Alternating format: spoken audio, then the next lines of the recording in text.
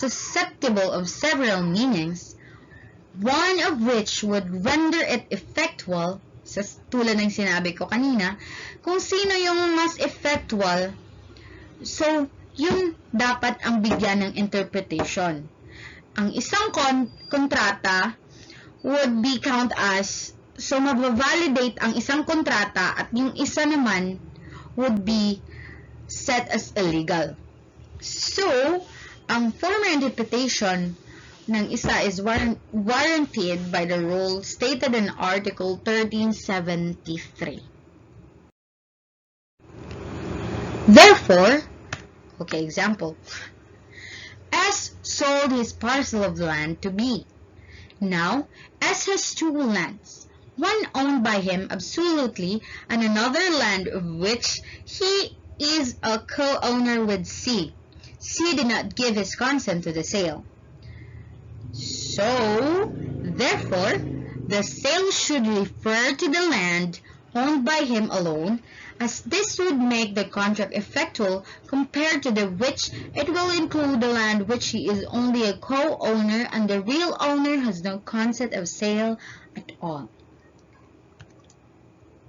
Okay, next.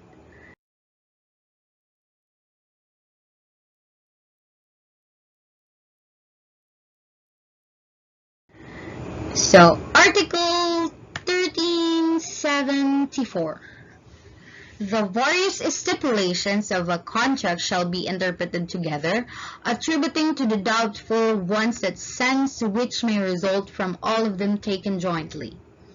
Means, ang iba't ibang kasunduan ng isang kontrata ay dapat bigyang kahulugan ng magkasama dahil sa mga hindi tiyak sa diwa na maaring magresulta mula sa lahat ng mga ito na kinuhang magkasama.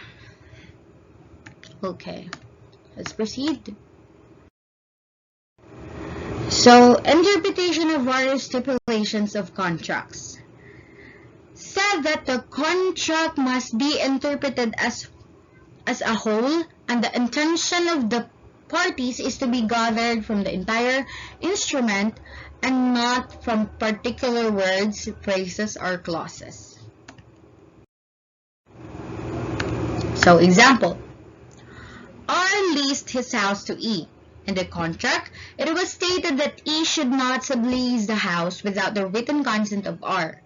Another stipulation therein contained stated that E should pay 1,000 pesos as additional rent a month should he, if ever, he violate this condition. E subleased the house without the consent of R. So that means that the violation occurs already. Because he subleased the house without the consent of R, that which included with their violation condition. Okay, so the answer is no with the question. Because in the light of the clause stating penalty for the violation of the condition, so instead of ejection, the question is, maari bang i-eject ni R si E? So the answer of that is no. Because in the light of the clause stating penalty for the violation of the condition, so instead of ejection, there is a penalty for the said violation in accordance with Article 1374. Stated dito kasi na si A daw dapat magbayad ng 1,000 additional rent if ever he violates the condition. So, na-violate niya kasi, so that's the hindi siya road to ejection, but road into another payment for the violation. Okay? Okay, next. So, Article 1375. Words which may have different significations shall be understood in that which is most in keeping with the nature and object of the contract. 1286. Or means that, ang mga salitang maaaring magkaroon ng iba't ibang mga kahulugan ay dapat unawain kung saan sinasabi ang mga kalikasan at object ng kontrata. So, the interpretation of words with different significations. In accordance with Article 1370, back with 1370, which is susceptible of two or more meanings, is it to be understood in that sense that which is most in keeping with the nature and object of the contract, in line with the cardinal rule that the intention of the parties must prevail. Okay. For example, R leased to E a roof for the purpose of erecting an advertising sign. The contract provides for the termination of the lease by E if a building should be constructed on adjoining property of such height as to obscure the view to E's sign. There was erected of the roof of an adjoining building a sign which obstructed the view of E's sign. So the explanation is, in this case, the term building, as the term is used in the contract, may be interpreted to include the obstructing sign, having in mind the nature of and object of the contract.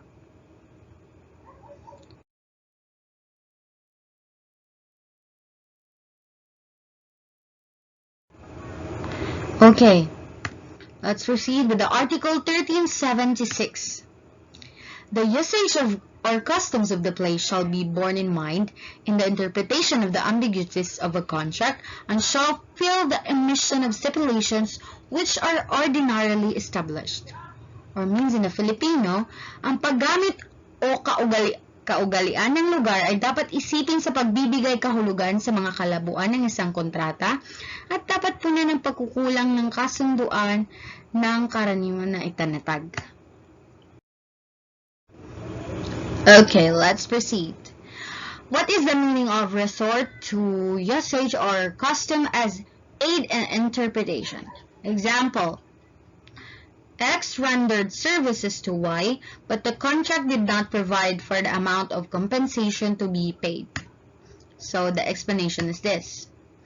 In this case, the amount must be obscure words or stipulations in a contract shall not favor the party who caused the obscurity. So, sino yung may sala or sino yung may loss? Dapat, hindi talaga yun nagagawa ng favor kasi yun yung nakagawa ng ng mali. Okay? So, next. So let's proceed with the next one, the Article 1377.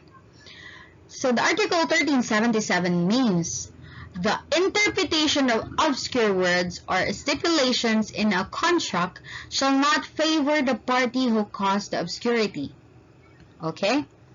Or, ang interpretasyon ng mga malabong salita o nakasaad sa kontrata ay hindi papaboran ang partido na responsable sa kalabuan nito.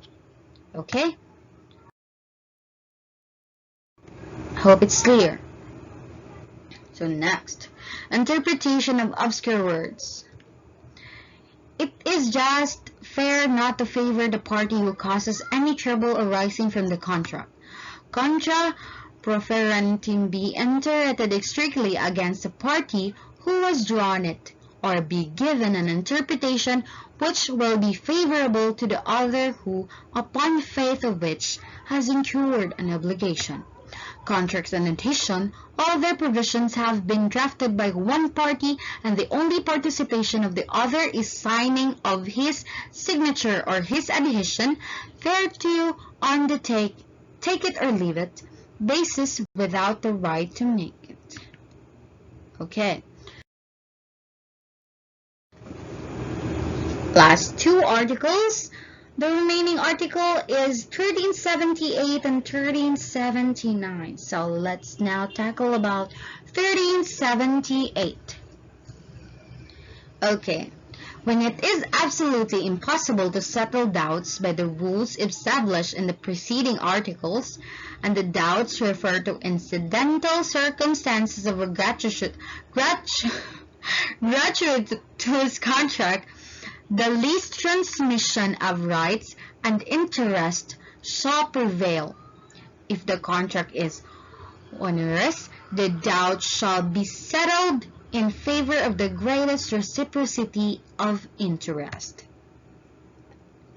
And if the doubts are cast upon the principal object of the contract in such a way that it cannot be known what may have been in the intention or will be of the parties, the contract shall be null or void automatically. Okay?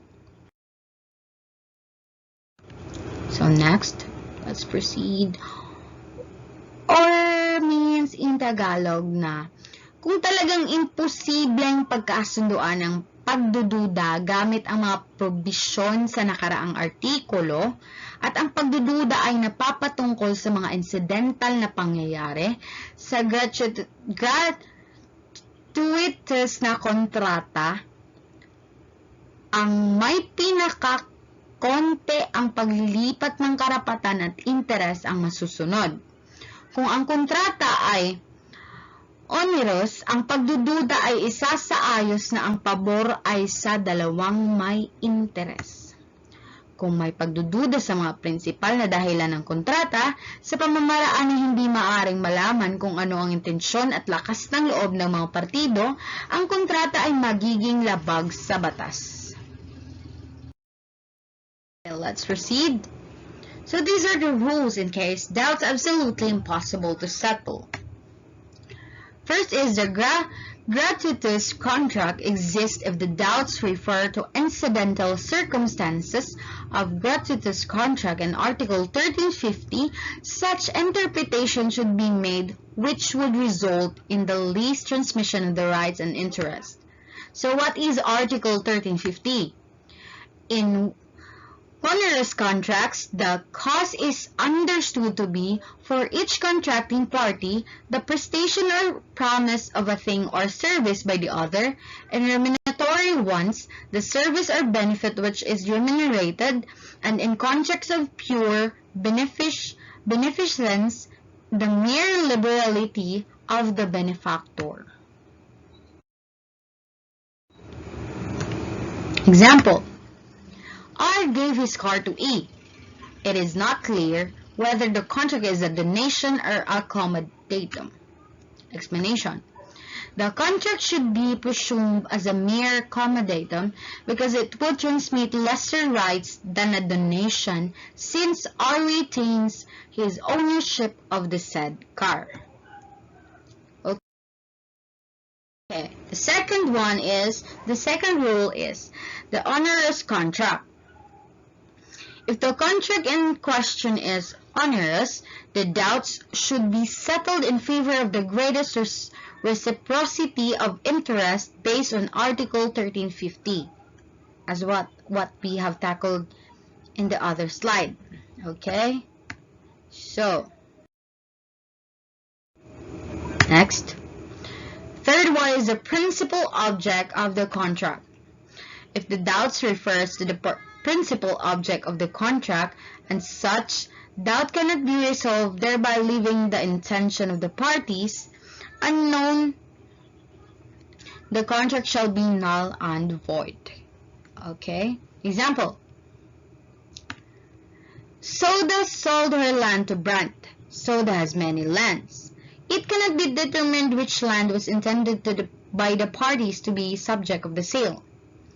So the explanation is, therefore, the contract shall be null and void, and it is the parties have not entered into any contract at all. It is said, or it should be put in, that the parties have not entered into a contract at all. Okay, let's proceed to the Article 1379. The principles of interpretation stated in Rule 123 of the Rules of Court shall likewise be observed in the construction of contracts.